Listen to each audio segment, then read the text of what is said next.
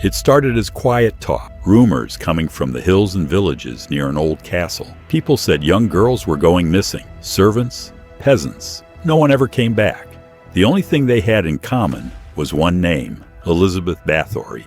She wasn't just some woman from the woods. Elizabeth was born into one of the most powerful families in Hungary. She had money, land, and influence. But behind the walls of her castle, something terrifying was happening.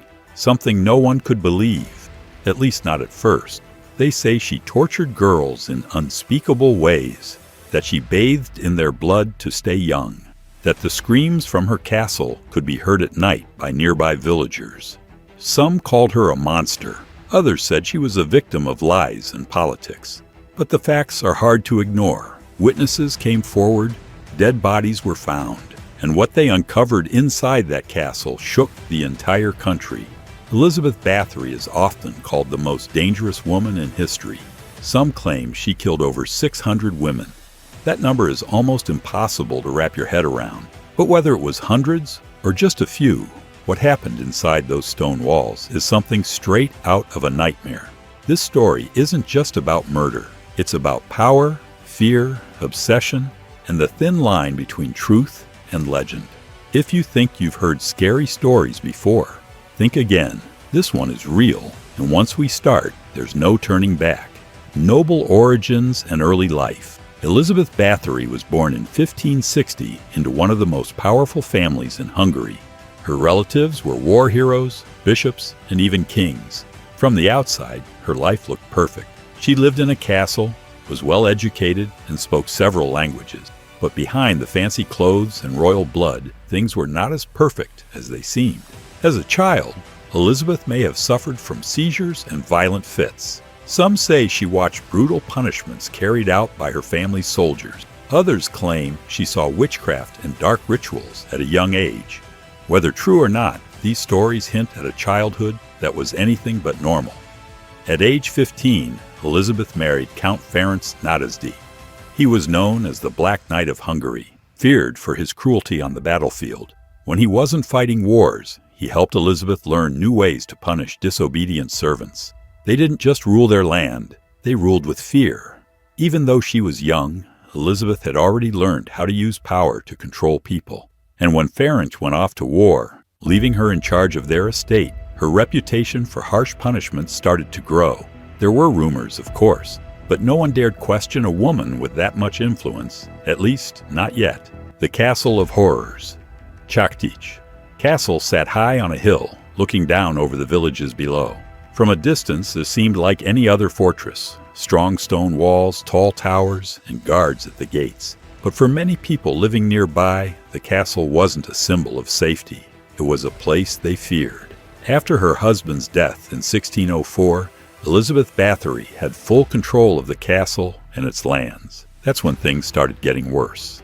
Villagers began to notice strange things. Girls sent to work at the castle never came back. Carriages arrived at night and left empty. People said they heard screams coming from the stone walls. The rumors only grew darker. Some claimed Elizabeth had secret rooms built in the castle, places where no one but her and her close servants could enter. These rooms, they said, were where the worst things happened: torture, punishment, death. Elizabeth didn't act alone. She had a small group of loyal servants who helped her. They brought her victims. They covered up the crimes, and they made sure the fear stayed quiet. For a while it worked. The castle kept its secrets, but fear has a way of spreading. And even a powerful woman like Elizabeth couldn't keep everything hidden forever. Behind those thick stone walls, the horrors were piling up, and soon, someone was going to talk. Methods of torture and murder. What happened inside Countess Castle is hard to imagine. It wasn't just murder. It was cruelty at a level that still shocks people to this day. Elizabeth Bathory didn't simply kill. She tortured her victims slowly, methodically, and without mercy. Most of her victims were young peasant girls. Some came to the castle to work as servants. Others were lured there with promises of good jobs. Once inside, they were trapped. There was no escape. Eyewitnesses later described horrifying scenes. Elizabeth would stick needles under girls' fingernails. She'd cut their hands and faces with scissors. Sometimes she bit chunks of flesh from their bodies as if she were starving. These weren't random acts of violence. She took her time, watching closely, sometimes smiling during the pain. In the winter, she'd strip her victims naked and throw them out into the snow.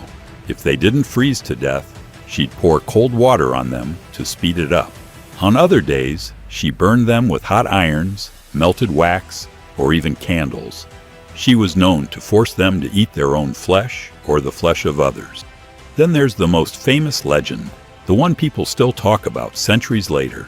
They say Elizabeth believed that bathing in the blood of virgins would keep her young forever.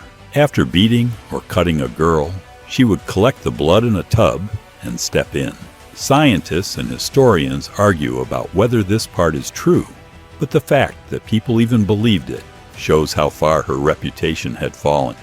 Elizabeth didn't work alone. Her closest female servants helped her. They held the victims down.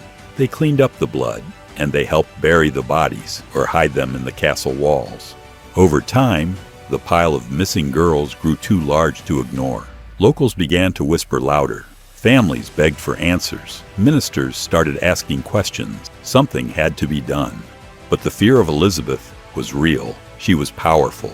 She had connections in the royal court. No one wanted to accuse a noblewoman. Still, the stories kept piling up, each one more disturbing than the last. How could one woman get away with this for so long? And what finally made the authorities step in? Investigation and arrest. By 1610, the rumors surrounding Elizabeth Bathory had become impossible to ignore. Families were angry. Ministers were speaking out. One brave Lutheran priest, Istvan Magyari, took his concerns straight to the king. He accused Elizabeth of horrible crimes and demanded an investigation. The king sent Count György Thurzo, one of Elizabeth's own relatives and a high-ranking official, to look into the matter. At first, Thurzo wasn't convinced. Accusing someone of Elizabeth's status wasn't something taken lightly. But once he started digging, the truth began to unfold. Thurzo interviewed dozens of witnesses, former servants, village leaders, even children. Their stories matched. Girls went into the castle and never came out. Some witnesses even claimed to have seen the bodies. On December 29, 1610, Thurzo made his move. He arrived at Countess Castle with a small group of men. What they found shocked even the most hardened investigator. Inside the castle, they discovered one girl already dead. Another was barely alive, covered in wounds. Several others were locked in rooms, starved and beaten. Blood was on the walls. The smell of death filled the air. Elizabeth Bathory was arrested on the spot. Along with her, several of her closest servants were also taken into custody. These were the same people who had helped her for years. Now, they were about to face justice. The crimes could no longer be hidden.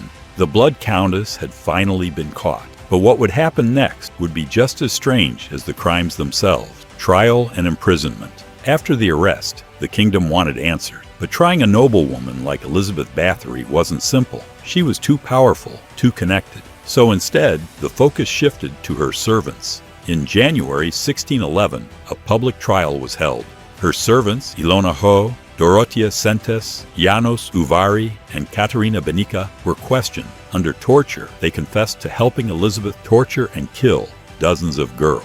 Some said the number was over 600 based on a list Elizabeth supposedly kept in her handwriting. That list was never found, but the confessions were enough to cause shock across Europe. The court sentenced most of the servants to death. 2 had their fingers torn off before being burned alive. 1 was beheaded quickly as a mercy. Their brutal punishment was meant to reflect the horror of their crime. Elizabeth, however, was never put on trial. The court feared the political fallout. She came from too important a family. Executing her could spark a scandal or even war among noble families. So instead, they locked her away in Countess Castle. Her living quarters were walled in, with only a small slit for food and air. She couldn't leave. She couldn't see anyone. It was a slow, quiet prison. For 4 years, she stayed in that dark room, away from the world. In 1614, at the age of 54, Elizabeth Bathory was found dead. There was no funeral, no grave marker, just silence. The woman who once ruled through fear had died alone.